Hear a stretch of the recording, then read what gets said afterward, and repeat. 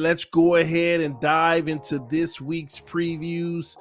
We got some good matchups coming up. First and foremost, I want to start with the Chicago Bears at home versus the Atlanta Falcons. One bar, what say you in this game?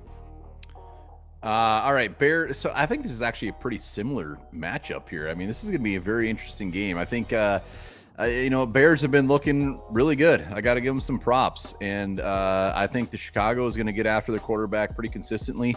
I think Justin Fields is going to get his on the ground and really bearing some crazy amount of turnovers from the Bears. I think Chicago will win. I think they should win. And the fact that they're playing in Chicago gives the Bears a pretty damn good advantage. Dion, what say you? Yeah, the big thing for me in this one is, can Chicago make Taylor Heineke uncomfortable? That's the big thing that I'm focused on this one, because, again, I buy into that defense. I just don't buy into them creating consistent pressure without blitzing. And if you look on the flip side, I really like Atlanta's defense. I think Atlanta's defense kind of put everybody on notice last week. Like, hey, we're still really legit. That front seven they have, the linebacker play with guys like Ellis, and they have a matchup for DJ Moore with AJ Terrell that makes that really interesting. So, to me, I love the way that they match up defensively. I think they can handle it defensively and keep this thing low scoring. It's just, does Heineke get super uncomfortable in this game? Because last week there were times where it looked okay. It was like, oh, he's taking the flat. And other times it looked really rough. I'm actually going to go Atlanta in this one. I'm sorry, Nick. I'm taking Atlanta to win this game. I'll go 21-20. All right, let me hear it, Bass. This one's a coin flip. I agree with everything you guys said. But Atlanta's defense, has been pretty good, especially in the passing regard. 8th in passing yards allowed, 8th in yards per game. Personally, I'm not watching this one. It doesn't matter to me. But Chicago, I feel like could win this one. I think the Bears come away. We'll give it 28-24. No, sorry, I'll do 24-14. Nick, tell them why we're still playoff bound, baby. Well, so Bass, I'll watch the game for you. Don't worry. Thanks. I got it covered. Appreciate it. So I got you on that. No, playoff worthy, absolutely, because the Bears are fighting for a playoff spot. Atlanta is fighting for a playoff spot. So it's going to be a fun game. It's in Chicago. They just got a big win. And a lot of people don't know this, but for the first time since 2018, the Bears have won 4 games in a row at home. So they're learning to win, and they're learning to win at home. So it's becoming a harder place to play. Bears fans are pumped up because there is a chance still for the playoffs. And it all starts with beating Atlanta. I mean, you got to win your games. I think it's going to be a run-heavy game. The defense, they didn't get a turnover last game, so they're hungry for another one. I think they're going to pick off Taylor Heineke twice. I think it's going to be a good game. And I got the Bears winning 28-10. And they want to go into Lambeau on a winning streak and a shot at the playoffs. We want to go ahead and introduce to you all NFC North merchandise, all right?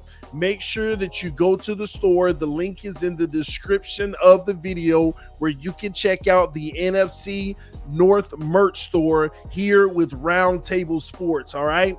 All you have to do, click on the link, go through. We have custom t-shirts for your favorite players for your team. We have the NFC North Roundtable logo tee, which you can represent this roundtable. We have the mugs, we have the sweatshirts. There goes the Justin Jefferson graphic tee. We got all the best players, and more of them will be listed as well. Jahmyr Gibbs, you might want to cop that. And listen, we have the NFC North Champs shirt that will be coming soon. Hopefully we have it ready by next week. The NFC North Champs 2023-2024 season champ shirts, all right? So those should be coming soon. You got DJ Moore, you got Rashawn Gary, we got all of them for you. So check out the NFC North merch store. All right, let's move forward to the next game of the week, which is going to be taking place on Saturday night, if I'm not mistaken. We have the Detroit Lions on the road versus the Cowboys. We all know that the Lions are still trying to have the highest seed they possibly can that'll make them favorable within the playoffs with home field advantage with potentially the number 1 seed. But this isn't going to be an easy game. Nick, how do you see this one faring out? I think that it's going to be a battle of the defenses. It's Saturday Night Football. There's going to be a lot of intensity. I have the Lions winning this game, though. Dan Campbell is not taking his foot off the gas pedal. I think one bar said it earlier, but maybe he's going to sit some starters. Dan Campbell does not come off as the kind of guy that rests guys. He wants to win every single game and win with pride. So I think the Lions are going to win this game. I think they're going to win it 28-24. It's going to be a close game, but the Lions are going to come out on top. 28-24. Talk to me, Bass. I'm excited for this one. I think both teams need this win. I know both teams are going to be in the playoffs, but I think Dallas coming off 2 straight losses. Detroit, like you said, kind of could be fighting for the number 1 seed depending on what happens. 2 high-octane offenses. The Lions with 3rd in the league in yards. Dallas tied for 5th. Passing yards, Lions are 5th, Dallas is 6th. In terms of defense, they both have good aspects of the defense, whereas like the Dallas passing defense is 5th in the league and the Lions rushing defense is 4th in the league. So I'm looking for like a shootout here personally, and I think it's going to be a great one. It's in a dome, so that's good for Jared Goff. You know, hopefully he won't turn over the ball. He's doing a lot better recently, so that's good. And that will be, you know, a huge game for both teams to try to, you know, solidify if they can hang with the other teams in the NFC. So, and right now it's one of the, they are 2 of the top teams in the NFC. So it's going to be an interesting one. I have Dallas though. I have 35-31. Sorry, Dion. Dallas with the victory. One bar. Talk to us. Oh, this is going to be a great one. This is going to be playoff atmosphere, baby. I mean, these are going to be 2 juggernauts in the NFC when it comes to playoff time. So, Dion, man, this is a chance. This is a chance for your boys to shut everybody up. Go out there and beat the living hell out of the Cowboys. It's going to be good. I mean, Cowboys +8 in turnovers. They do not lose at home. 2 very good offenses going at it. Dak Prescott needs to come out and shut everybody up as well. So the Cowboys, like Baz said, coming off a 2-game losing streak, they got a lot to prove, man. This is going to be a very, very tough game. If the Lions end up beating the Cowboys, I'll come on next week and give Lions their flowers, man. I'll be like, damn it, you guys are going to make a little bit of a run in the NFC. I think the Cowboys are favored by like 5 or 6 right now. I think that's pretty fair. I'm pretty close to Baz. I think like 20 or 30 to 25, somewhere around in that range. But I got the Cowboys. I'd be surprised if the Lions win. But like I said, if they do win, Dose, I'm coming on next week and giving you some love. Man, Dion, it sounds like Nick's the only one that has your back, man. Talk to us. Why is One Bar and Bass wrong? I mean, I'm not mad. I understand it. This is a really darn good football team. And I'll say this though, to the spread thing. The only thing I keep in mind is this, because I was reading up on this last week, that sometimes there's a certain teams in the league across all sports that'll get the nod in terms of spread. They'll lean a little bit heavier because they know America's going to bet that team. Dallas is one of those teams that sometimes can have higher point spreads because America's going to bet on Dallas. And this would be that game where people would bet on Dallas. That's what it feels like. And they're about to be wrong. That's the problem with it. People are about to lose a lot of money, it sounds like, this weekend, because to me, man, everything I just said about Ben Johnson has to carry over in this one. This is going to be a huge test because it's not even just about blitzing. It's how in the heck are you going to deal with Micah Parsons? And the best way they can do that, the most simplified way, run the darn football. And this is a team that if there's one weakness defensively, they're pretty average against the run. You dominate this team up front. Micah Parsons wants to walk around, play off-ball linebacker, play between the A-gaps, run right at that dude. Move him off the line. That's going to give him issues. We understand the quickness is there. The Lions' offensive line is healthy. It's not perfect, but it's healthy. And they get movement in the run game. It sets up everything else for them. They have 2 good corners. We have guys that can win Jameson's emergence. And then I flip it on the other side, and I just say, CeeDee Lamb. We just had to deal with Justin Jefferson. Now I got to deal with CeeDee Lamb. I think there's a gap there. I think Jefferson is better, but Lamb will play everywhere. So everybody has to be on point in terms of you're going to put 2 guys on that guy. How do you deal with him? If he will be huge for Ferguson. But I'm with you guys. I think it's going to be a high-scoring game. I'm going to say 31-27. The Lions win this thing. And like I said, people are going to lose some money this weekend, man. The Lions are going to be set up to get the 2 seed. At the 31-27. That would actually cover, Dion. That would cover. There you go. There you go. Win-win for everybody. Let's take a break real quick and go to our official sponsor of the NFC North Roundtable, BetUS, ladies and gentlemen. BetUS, 125% sign-up bonus. Use the link in the description of the video. NFL Coach of the Year prop is also on the screen.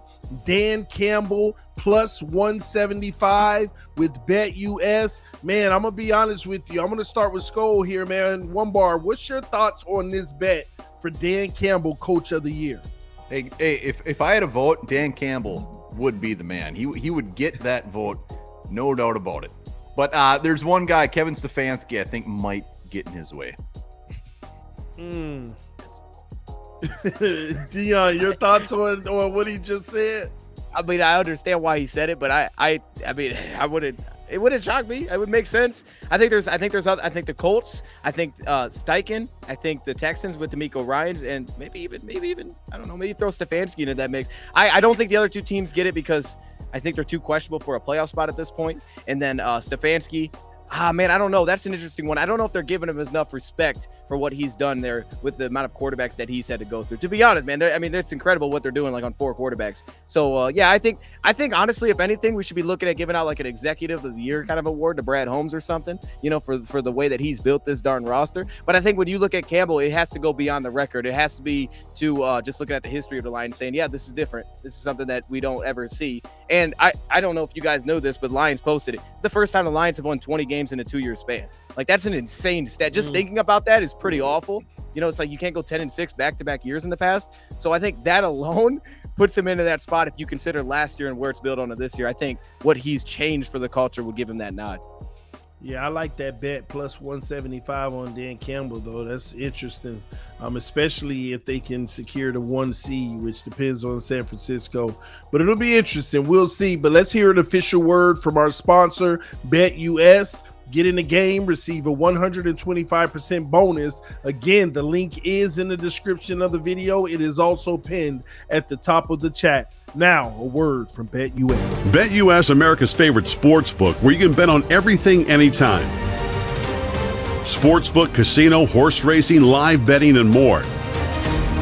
We have the best bonuses in the industry. That's right, get a 125% sign-up bonus. And to celebrate our 30-year anniversary, we are giving up to 30 risk-free bets, a truck, Super Bowl tickets, and more.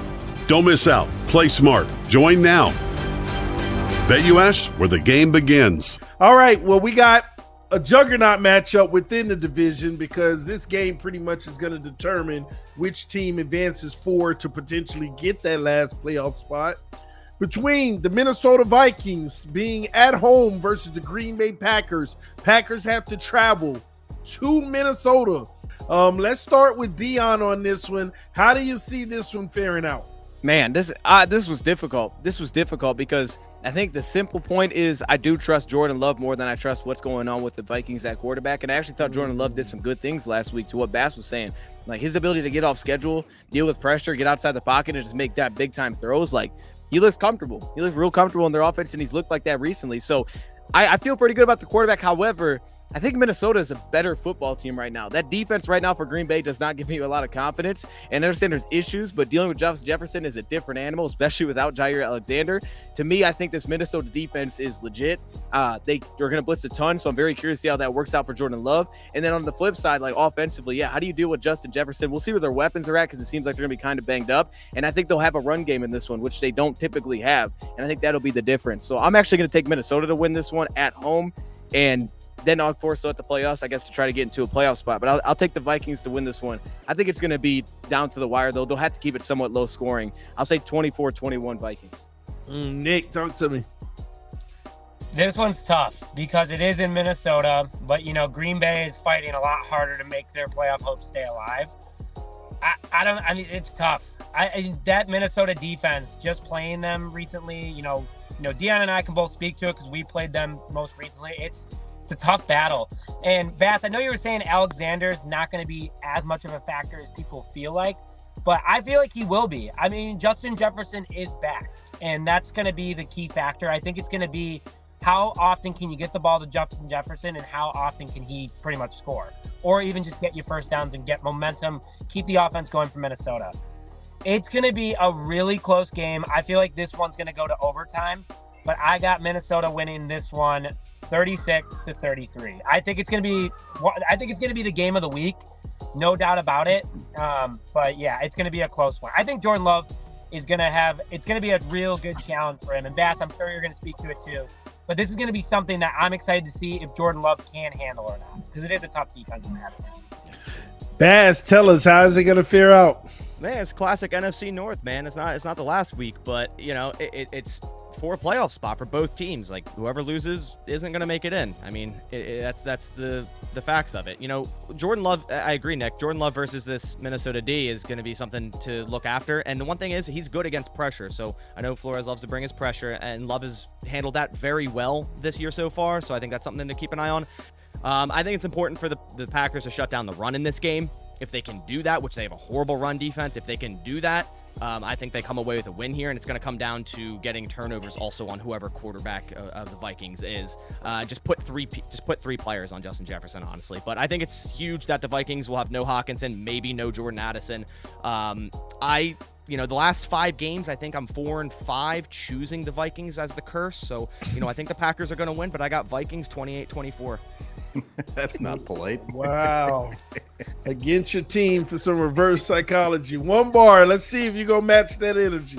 Well, first things first, it doesn't matter who starts for quarterback for the Vikings. It's not going to come down to who starts for the quarterback for the Vikings. And this is going to be a New Year's Eve night game. So by halftime, I'm going to be speaking some sort of language. I'm not even going to know what game is on the television. I'm going to have to rewatch that thing the next day. But you guys are right. It's going to be a great game, and it's going to be close, and it's going to come down to the end, which is going to be absolutely horrible. But that's, as Vikings fan, that's what we got to do. Here's the thing: the first time the Vikings played the Packers, Jordan Love did not have a good game.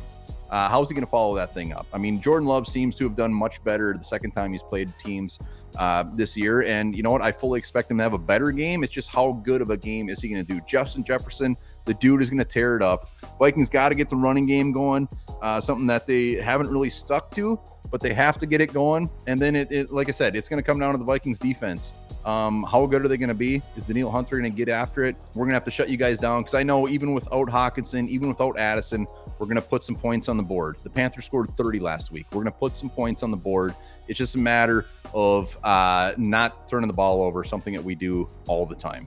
So if we can limit turnovers, I mean, like, even if we can have only 2 turnovers, that's a huge win for the Vikings. A huge win for the Vikings. I'll take 2 turnovers. We can't create any. I'll take 2.